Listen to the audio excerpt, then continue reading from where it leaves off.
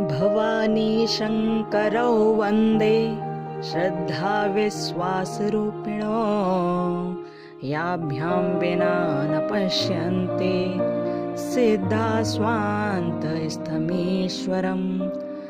वन्दे बोधमयं नित्यं गुरुं शङ्कररूपिणं यमाश्रितो हि वक्रोऽपि चन्द्रः सर्वत्र वन्द्यते।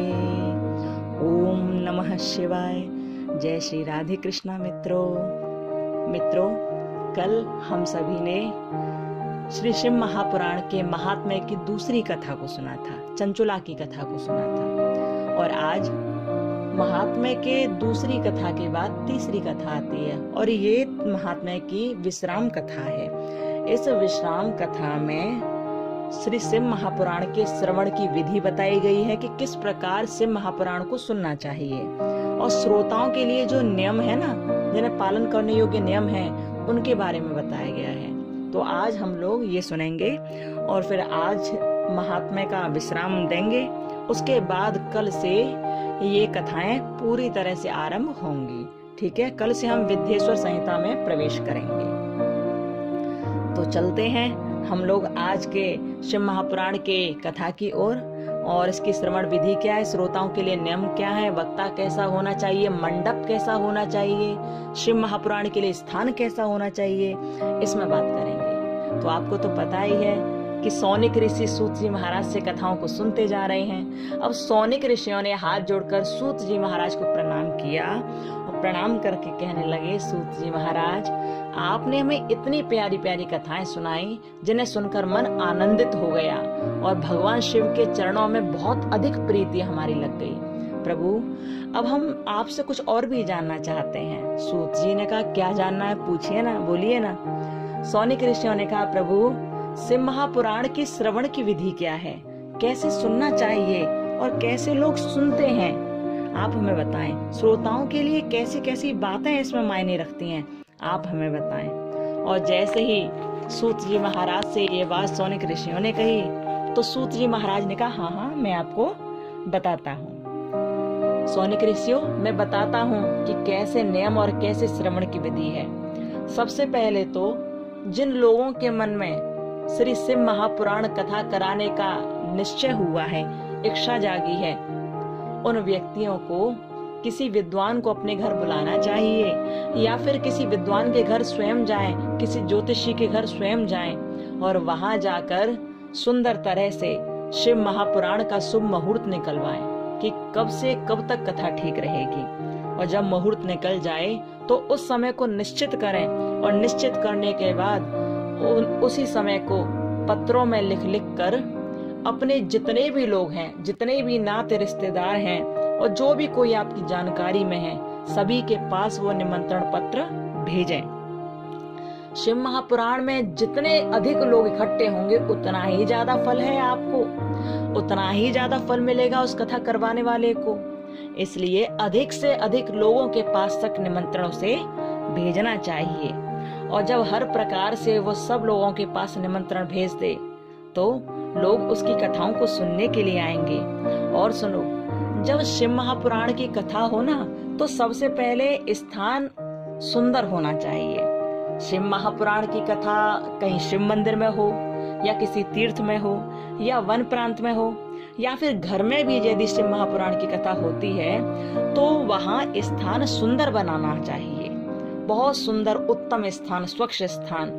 और जो मंडप की व्यवस्था होगी ना, मंडप भी बड़ा विशिष्ट बनता है शिव महापुराण में। मंदिर भी ऐसा नहीं कि आप बस थोड़ा ही वहां पर लगा दो, कुछ सुंदर बना दो, थोड़ा नहीं, पूरी तरह से वहां सुंदरता पर ध्यान देना पड़ता है।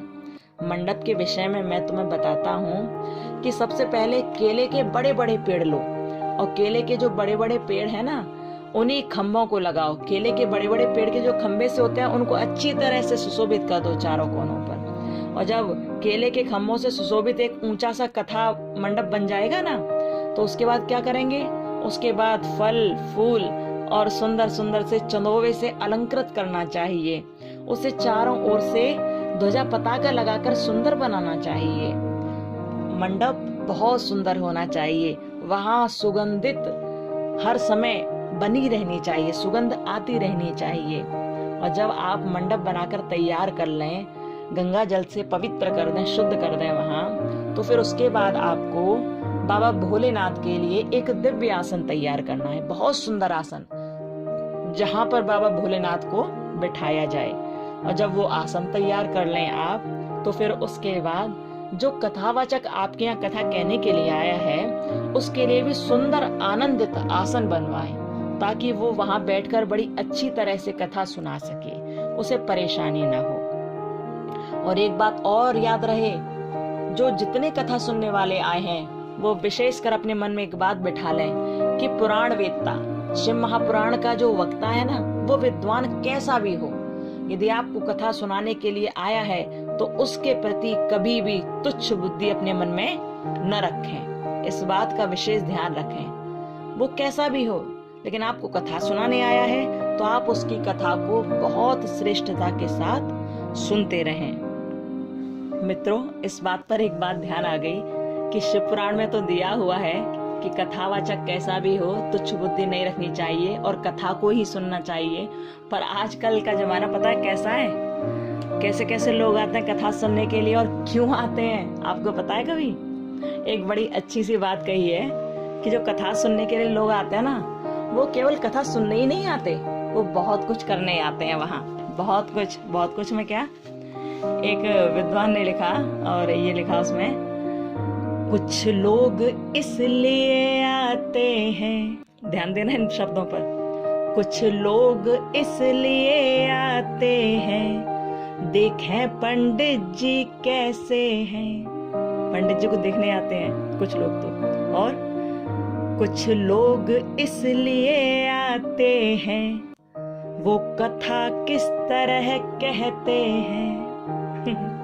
और कुछ कैसे आते हैं, कुछ विद्या मद जतलाने को बीच में विवाद बढ़ाते हैं। क्या कुछ लोग ऐसे भी आते हैं कि कथावाचक वहां बैठकर कथा कह रहा होगा, तभी बीच में खड़े हो जाएंगे, ये बात हमारी समझ नहीं आई सर, आप बताइए महाराज जी, आप बताइए। कुछ लोग ऐसे भी मूर्ख आते हैं, कुछ विद्या मद जतलाने को बीच में विवाद बढ़ाते हैं, कुछ पापी विघ्न उठाने को झूठी खिल्लियां उड़ाते हैं।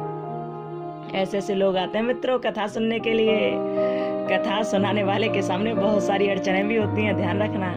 और कुछ लोग कैसे आते हैं, कुछ लोग परस्पर लड़ भिड़ कर लाठी डंडे चटकाते हैं। कथा नहीं सुनते, लड़ाई करना शुरू कर देते हैं। कुछ लोग परस्पर लड़ भिड़ कर लाठी डंडे चटकाते हैं, कीर्तन सुनने के बदले में खून को बहाते जाते हैं। क्या, कीर्तन सुनने के बदले में खून को बहाते जाते हैं।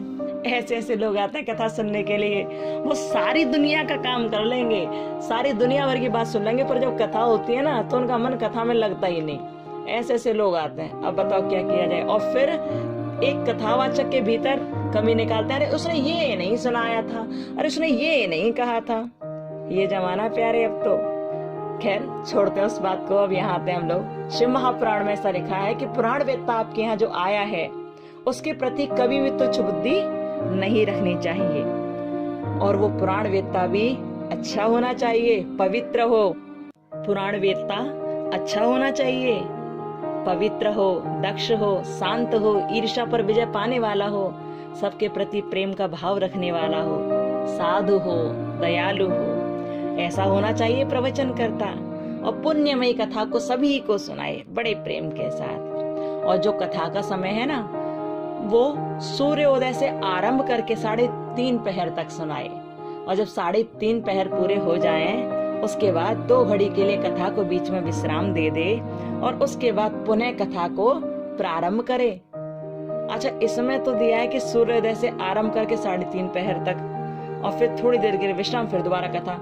लेकिन आजकल जानते हो क्या होता है, यदि आप कथा सुनाने बैठ गए और आपने बीच में विश्राम दे दिया और लोग उठकर चले गए तो दोबारा लौट कर नहीं आते।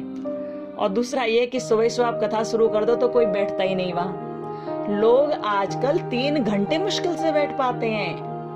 वही 3 घंटे बैठे बैठे सारे काम वही कर लेते हैं, खाना पीना वही हो जाता है, सब कुछ वही हो जाता है।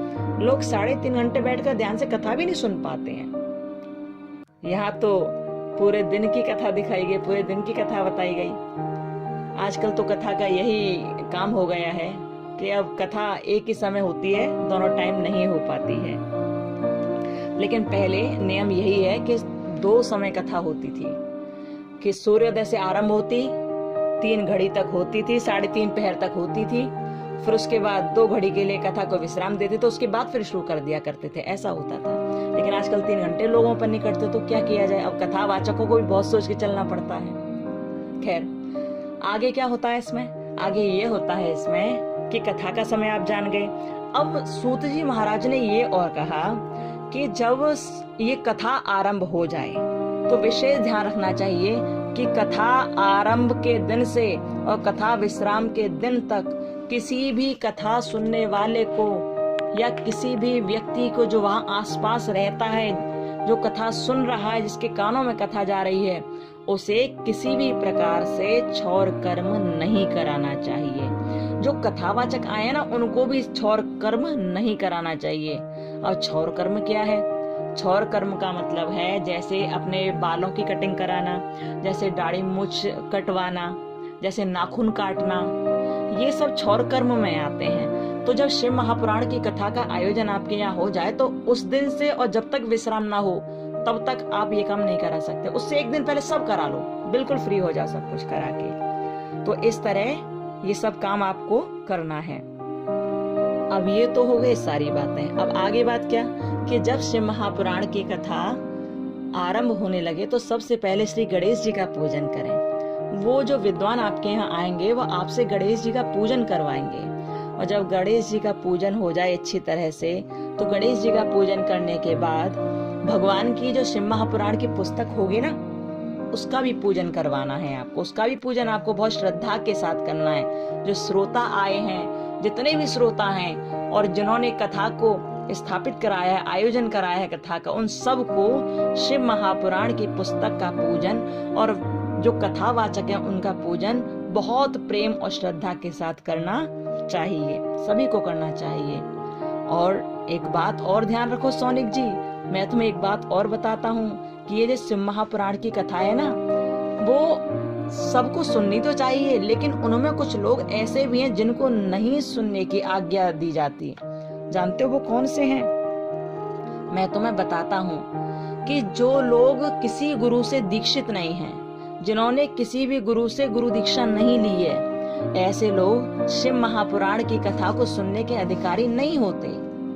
यदि वो कथा सुनना भी चाहते हैं तो उन्हें एक काम करना चाहिए, जो कथा सुनाने के लिए आया है उनसे पहले गुरु दीक्षा ले लें, उनसे पहले वो दीक्षा ले लें और दीक्षा लेने के बाद फिर कथा को सुनना आरंभ करें। यदि वो पूरे जीवन पर्यंत के लिए दीक्षा नहीं ले सकते तो जितने दिन तक की कथा चल रही है उतने दिन के लिए दीक्षा लें और दीक्षा लेने के बाद कथा को श्रवण करें।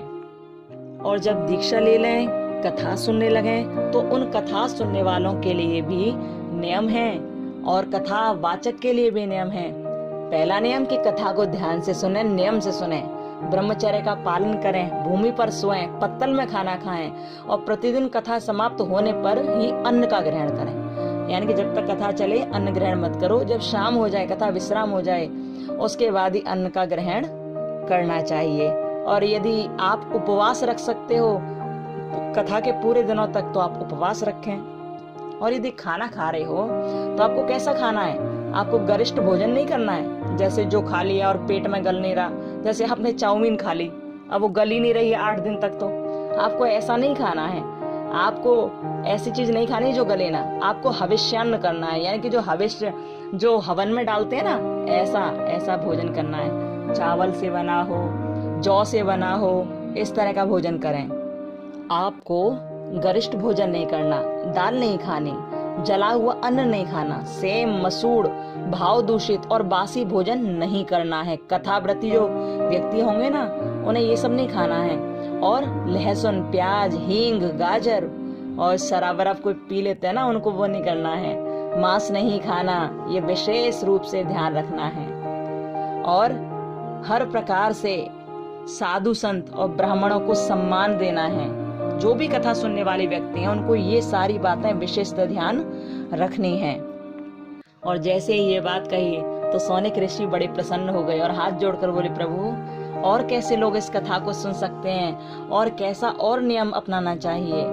तो तभी सूत जी महाराज ने कहा, देखो जो दरिद्र है, क्षय का रोगी है, पापी है, भाग्यहीन है तथा संतान रहित पुरुष है, वो भी इस कथा को ध्यान से सुन सकता है। वो भी सुने तो उसका भी उद्धार हो जाएगा।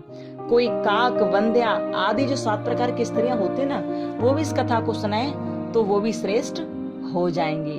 पर कथा ध्यान से ही सुने तभी उसका फल मिलता है। और ये याद रहे कि जब कथा का आयोजन हो और जितने दिन तक कथा चले, प्रत्येक दिन हवन होना चाहिए। जो विद्वान आए वो आपको हवन कराएं, आप उसमें आहुति दें। और ये जो हवन होगा ना, वो रुद्र संहिता के प्रत्येक श्लोक के द्वारा होगा। रुद्र संहिता में जो श्लोक है ना, उनके द्वारा हवन कराया जाएगा। यदि रुद्र संहिता के श्लोकों को नहीं लिया जा रहा तो गायत्री मंत्र से श्लोक होगा। और गायत्री मंत्र से यदि श्लोक होता है तो ये तो बहुत श्रेष्ठता की बात है, क्योंकि शिव महापुराण है ना, ये पूरी तरह से गायत्रीमय है। इसलिए गायत्री मंत्र से श्लोक होते हैं, हवन होता है तो बहुत अच्छी बात है।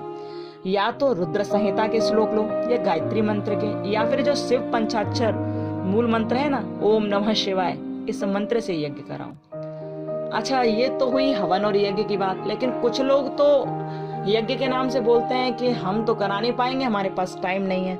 तो उनके लिए भी व्यवस्था है यहाँ पर। उनके लिए शिव पुराण में लिखा है कि यदि आपके पास समय नहीं है, वैसे तो होना चाहिए, यदि नहीं भी है तो आप ऐसा करें कि हवन में जितना भी कुछ लगता है, जो भी उसमें सामग्री लगती है, उस सारी सामग्री को आप उन्हीं ब्राह्मण देव को दे दें जो आपके यहाँ कथा करने के लिए आए हैं, हवन कराने आए हैं। आप उन्हें दे दें पूरा।